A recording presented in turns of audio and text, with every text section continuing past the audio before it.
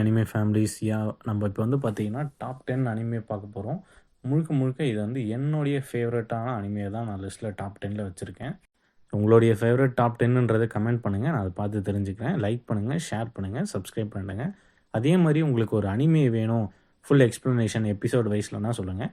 கண்டிப்பாக நம்ம வந்து அதையும் பண்ணலாம். இப்போ 10th பொசிஷனில் வந்து பார்த்தீங்கன்னா ஃபேரி டெயில் வச்சுருக்கேன். இந்த அனிமே பார்த்தீங்கன்னா முழுக்க முழுக்க வந்து action, adventure plus magic and dragons கொண்டது. நம்ம ஹீரோ நாட்ஸ் வந்து அவருடைய ஃப்ரெண்ட்ஸோடய அட்வென்ச்சர் போகிற ஒவ்வொரு மிஷினும் முடிப்பார். அதில் என்னென்ன ஸ்ட்ரகிள் வந்துச்சு, அதே மாதிரி முழுக்க முழுக்க இது வந்து பாண்ட் அண்ட் ஃப்ரெண்ட்ஷிப் பேஸ்டான கண்டென்ட். ஸோ பர்ஃபெக்டான ஒரு அனிமே எமோஷ்னல் ஸ்டோரி டெல்லிங் எப்படி வேணாலும் சொல்லலாம். ஸோ அடுத்து வந்து பார்த்தீங்கன்னா 9th பொசிஷனில் இசக்காயை வச்சுருக்கேன். இசக்காயில் that time I got reincarnated as a slime. So மறுஜென்மம் அப்படின்னு சொல்லலாம் இதை. மறுஜென்மத்தில், அதாவது நம்ம உலகத்தில் செத்து போனவர் இன்னொரு ஒரு உலகத்தில் வந்து மறுஜென்மமாக வந்திருப்பார் பழைய மெமரிஸோடையும். ப்ளஸ் வந்து இது வந்து இந்த அனிமே பார்த்திங்கன்னா நம்ம ஹீரோ ரீமரு வந்து யார்கிட்ட வேணால் அடி வாங்கக்கூடிய ஒரு வீக்கஸ்ட்டு ஸ்லைமாக இருப்பார். ஆனால் இவர் வந்து ஸ்ட்ராங்கஸ்ட் ஸ்லைமு. ஒன்றுமே இல்லாத ஒரு காட்டுக்குள்ளே போயிட்டு ஒரு சாம்ராஜ்யத்தையே உருவாக்குறார். அது எப்படின்றது தான் இதோடைய கதை. செம்மையாக இருக்கும். கண்டிப்பாக பார்த்தே ஆகணும் எல்லோரும். அடுத்து 8th பொசிஷனில் ரீசெண்டாக இப்போ வந்து இன்டர்நெட்டை கலக்கிட்டு இருந்த சோலோ லெவலிங்கை வச்சுருக்கேன். ஸோ இது வந்து முழுக்க முழுக்க வந்து ஒரு action based action pack anime தான். ஒருத்தன் வந்து வீக்கஸ்ட்டாக இருப்பான், ஒன்றுமே இல்லாமல் இருப்பான். அவன் வந்து எப்படி பவர்ஃபுல்லாக மாறுறான், அவனுக்கு வந்து எந்தெந்த சிஸ்டம் வந்து உதவி பண்ணுறதுன்றது தான் இதோடைய வந்து முழுக்க கான்செப்ட். இது வந்து பார்த்திங்கன்னா ஆக்ஷன் அட்வென்ச்சரான அனிமே இது. கண்டிப்பாக அது வந்து பார்க்கலாம். யாருக்கு வந்து முழுக்க முழுக்க ஆக்ஷனாக வேணுமோ ஸோ அவங்க இதை வந்து கண்டிப்பாக பார்க்கலாம். அதுக்கப்புறம் 7th பொசிஷனில் பார்த்தீங்கன்னா ஒரு ஸ்கூல் கண்டென்ட். இது வந்து சூப்பர் ஹீரோ அனிமே இது. My hero academy. இதில் வந்து இசுகோ மிடோரியா இவருக்கு வந்து சூப்பர் ஹீரோ உலகத்தில் எந்த ஒரு பவருமே இல்லாத ஒரு மனுஷன். இவருக்கு எப்படி பவர் கிடைக்குது, அதை வச்சு இவர் வந்து ஹீரோ இருக்கிற ஸ்கூலுக்குள்ளே போயிட்டு அவர் எப்படி டாப் நம்பர் 1 ஹீரோவாக மாறுறாருன்றதான் கதை.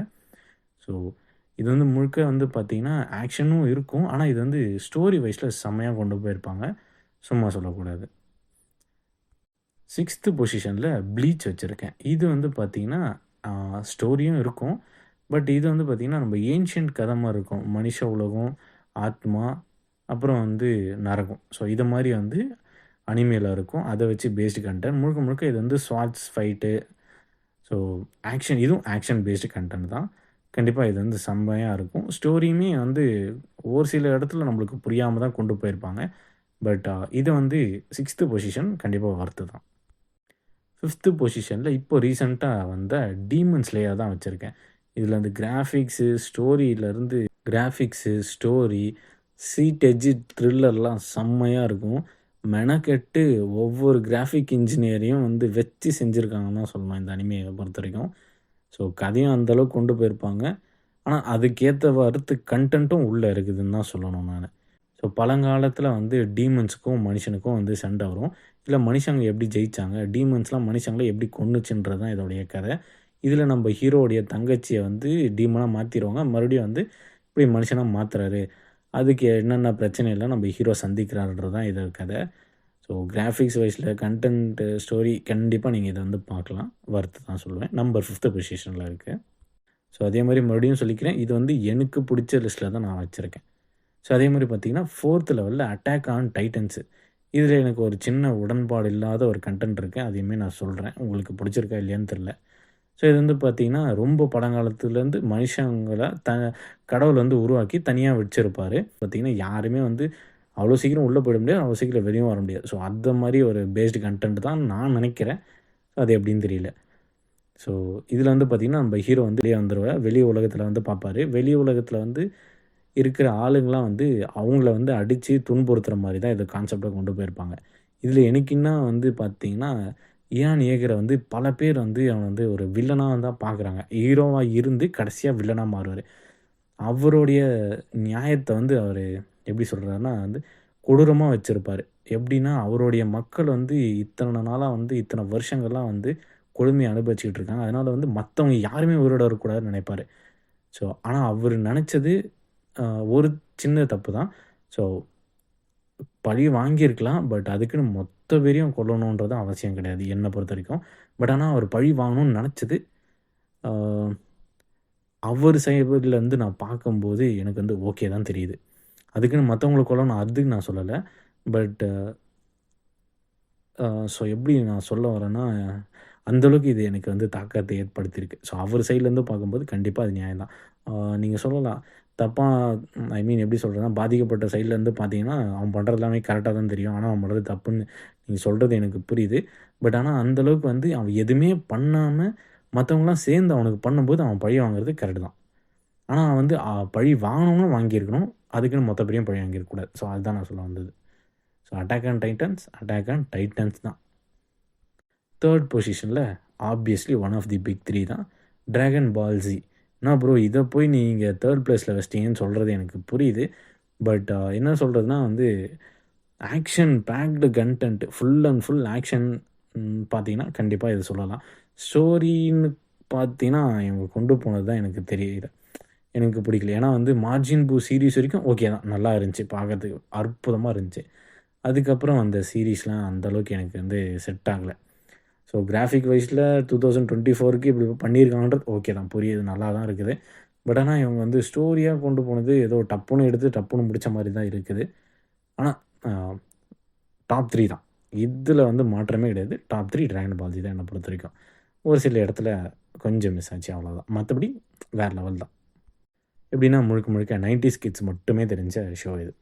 மட்டுமேலாம் கிடையாது. இப்பயும் இதாது. பட் 90ஸ் கிட்ஸுக்கு புடிச்ச ஒரு ஷோன்னு சொல்லலாம். அப்புறம் நம்பர் 2ல வந்து பார்த்தீங்கன்னா, 1000 எபிசோடு கொண்டு இன்னைக்குமே வந்து நம்பர் 1ல இருக்கிற அனிமே ஒன் பீஸ் தான். இது வந்து நான் நம்பர் 2 பொசிஷன்ல வச்சிருக்கேன். சொல்றேன் அது ஏன்ட்டு கோச்சிக்காதீங்க. அதே மாரி வந்து பார்த்தீங்கன்னா, நம்ம ஹீரோ லூஃபி கடல் கொள்ளையனா இருப்பாரு. கடல் கொள்ளையனுக்குலாம் வந்து அரசனா மாறணும் அப்படின்றது தான் அவருடைய ஆசை. அதுக்கு வந்து எந்தெந்த அட்வென்ச்சர் முழுக்க முழுக்க இது வந்து அட்வென்ச்சர் தான். அட்வென்ச்சருக்கு பஞ்சமே இருக்காது. நீங்க ஃபைட்டிங் பார்க்குறீங்களோ இல்லையோ, அந்த அட்வென்ச்சருக்காக கண்டிப்பா வந்து பார்க்கலாம். ஸோ அட்வென்ச்சர்னா வந்து போணும், வரணும், சண்டை போடணும்னு மட்டும் கிடையாது. இதில வந்து அந்த அளவுக்கு ஃபன்ஸ் இருக்கும். அந்த அளவுக்கு வந்து உங்களுக்கு எமோஷனா வந்து கொண்டு போவாங்க. இது நம்மளே வந்து எப்படி சொல்றதுன்னா, நம்மளே வந்து அந்த பொருள வாங்கி அவன்கிட்ட குடுத்துட்டு வந்துடலாம்டா அப்படின்ற ஒரு நெனப்பு வரும் இல்லையா? அந்த அந்த இது உங்களுக்கு உணர்வ வந்து இந்த அனிமே கொண்டு வந்துரும். சும்மா சொல்லக்கூடாதுங்க. ஸோ அப்புறம் வந்து பார்த்தீங்கன்னா, எஸ் ஆப்வியஸ்லி நம்பர் 1 பொசிஷன்ல எனக்கு பிடிச்சது நருட்டோ. ஸோ இது வந்து பார்த்தீங்கன்னா, எப்படி சொல்றதுன்னா, உங்களுக்கு லவ் ஃபெயிலியர் வேணுமா? லவ் ஃபெயிலியர் இருக்கு. நம்பிக்கை துரோகம் வேணுமா?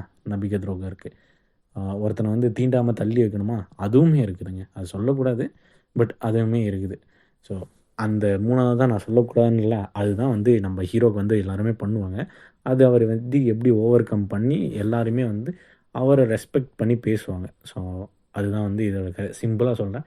ஏன்னா வந்து நெறைய பேர் வந்து பார்த்துருப்பீங்கன்னு தெரியும்.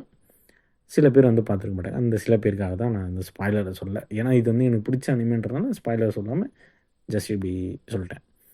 ஸோ இதில வந்து பார்த்தீங்கன்னா, சில அனிமேஸ் வந்து நான் விட்டுருக்கேன். இல்லன்னு நான் சொல்லல. ஃபார் எக்ஸாம்பிள் இப்போ ரீசென்ட்டா ரிலீஸ் ஆன ஜுஜுட்சு கைசன், அப்புறம் ஹண்டர் எக்ஸ் ஹண்டர், அப்புறம் வந்து வேற லெவலான ஜீனியஸான அனிமே டெத் நோட் வந்து சொல்லலாம். ஸோ ஷார்ட்டா முடிச்சிருப்பாங்க மாரி தான் எனக்கு தோணுது. பட் ஆனா வேற லெவல்ல இருக்கும் டெத் நோட்டு. சும்மா சொல்லக்கூடாது. அதே மாரி ஸ்போர்ட்ஸ் வைஸ்ல பார்த்தீங்கன்னா, ஃபர்ஸ்ட்டு கேப்டன் சுபாஷா இருந்துச்சு. ஸோ யாருக்கெல்லாம் வந்து கேப்டன் சுபாஷாவ பிடிக்கும்னு சொல்லுங்க. அதுவுமே வந்து இப்போ அந்த ரிலீஸ் ஆன வெர்ஷன் நான் சொல்லல. Old version. இருக்கிறதுலே ஓல்டு வெர்ஷன் யாருக்கு பிடிக்கும்னு சொல்லுங்க. ஏன்னா அது நான் பார்த்துருக்கேன். வேற லெவல்ல இருக்கும். ஸோ அதே வெர்ஷன்ல ப்ளூ லாக் இப்போ போயிட்டுருக்கு. ஸோ ப்ளூ லாக் தான் வந்து இன்னொரு ஸ்பெஷல் மென்ஷன். இப்போ ரீசென்ட்டா போயிட்டுருக்குது. ஸோ 2மே கேப்டன் சுபாஷாவும், ப்ளூ லாக்ஸும் ஒரே கான்செப்ட்டா இருந்தாலுமே வந்து வேற வேற ஜர்னி, வேற வேற ஐடியாலஜில இருக்கும். கண்டிப்பா சும்மா சொல்லக்கூடாது. ஸோ ஹோப் நான் சொன்னது உங்களுக்கு பிடிச்சிருக்கும்னு நினைக்கிறேன். ஸோ லைக் பண்ணுங்க, ஷேர் பண்ணுங்க, கமெண்ட் பண்ணுங்க. ஸோ அதே மாரி இது வந்து யாருமே ஹர்ட் பண்ற மாரிலாம் டாப் 10 நான் வைக்கல. எனக்கு பிடிச்சிருக்கு. இது நான் எப்படி இத லிஸ்ட் பண்றேன்னு தான் என்னுடைய முழுக்க முழுக்க கான்செப்ட்டே இது. ஸோ அதே மாரி உங்களுக்கு வந்து எபிசோட் வைஸ்ல உங்களுக்கு வேற எதனா அனிமே வேணும்னா சொல்லுங்க. நான் அத பார்த்துட்டு கண்டிப்பா எபிசோட் வைஸ் இன்ச் பை இன்ச்சா கூட நான் ரிவ்யூ பண்றதுக்கு தயார். ஸோ எனக்கு சப்போர்ட் பண்ணுங்க கைஸ்.